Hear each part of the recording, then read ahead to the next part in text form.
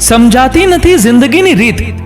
એક બાજુ કહે છે કે ધીરજના ફળ મીઠા હોય છે, અને બીજી બાજુ સમય કોઈની રાહ જોતો નથી. જીત હંમેશા એની જ થાય સાહેબ, જેનામાં જીતવાનું જુનૂન હોય. કોશિશ જ નહીં કરો તો જીતવાની સંભાવના સાથે પરિચય ક્યાંથી થશે?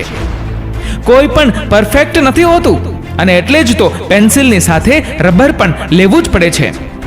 તમારે સફળતા મેળવવી છે તો બીજા કરતા વધારે જાણો, બીજા કરતા વધારે કામ કરો, અને બીજા કરતા ઓછી આશા રાખો. જીવનમાં એટલો સંઘર્ષ તો કરી જ લેવો કે આપણા બાળકનો આત્મવિશ્વાસ વધારવા માટે બીજાના દાખલા ન દેવા પડે.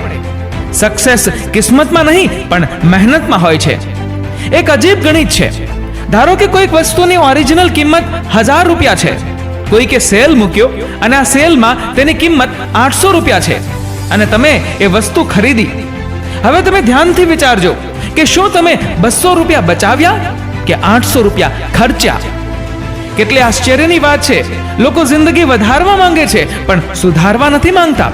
હું જે કંઈ બોલું તેની માટે હું જવાબદાર છું, પણ તમે જે સમજો છો તેના માટે નહીં. વિશ્વાસ હશે તો મૌન પણ સમજાશે, અને વિશ્વાસ નહીં હોય તો શબ્દોમાં પણ ગેરસમજ થશે. દરેક નિર્ણય વ્યક્તિનો નથી હોતો, અમુક નિર્ણય પરિસ્થિતિનો પણ હોય છે. ચાલવાથી શરીર સુધરે અને ચલાવી લેવાથી સંબંધ.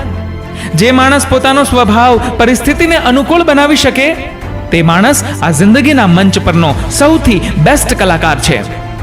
લક્ષ્ય સાચું હોવું જોઈએ, કેમ કે ઉદય પણ રાત દિવસ કામ કરે છે, પરંતુ તે નિર્માણ નહીં વિનાશ કરે છે. સફળ વ્યક્તિના હોઠ પર બે ચીજ હંમેશા રહેતી હોય છે, મૌન અને સ્મિત. મૌન સમસ્યાઓ ટાળવા માટે અને સ્મિત સમસ્યાઓ ઉકેલવા માટે.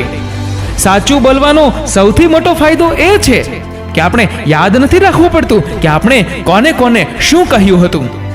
ઘણીવાર સંબંધો બગડી જાય છે, કારણો મળતા નથી, અને સાહેબ જ્યારે કારણો મળી જાય છે ત્યારે સંબંધો પાછા મળતા નથી. ભાઈ, ભાઈબંધ, ભાગીદાર અને ભગવાન, આ ચારની સાથે ચાલાકી નહીં કરનાર હંમેશા ફાયદામાં રહે છે. જીવનમાં તમે જેમ જેમ શીખતા જશો તેમ તેમ તમને ખબર પડશે કે તમે કેટલા અભણ છો. જિંદગીની સવાર રોજ નવી શરતો લઈને આવે છે, અને સાંજ કંઈક અનુભવ દઈને જાય છે.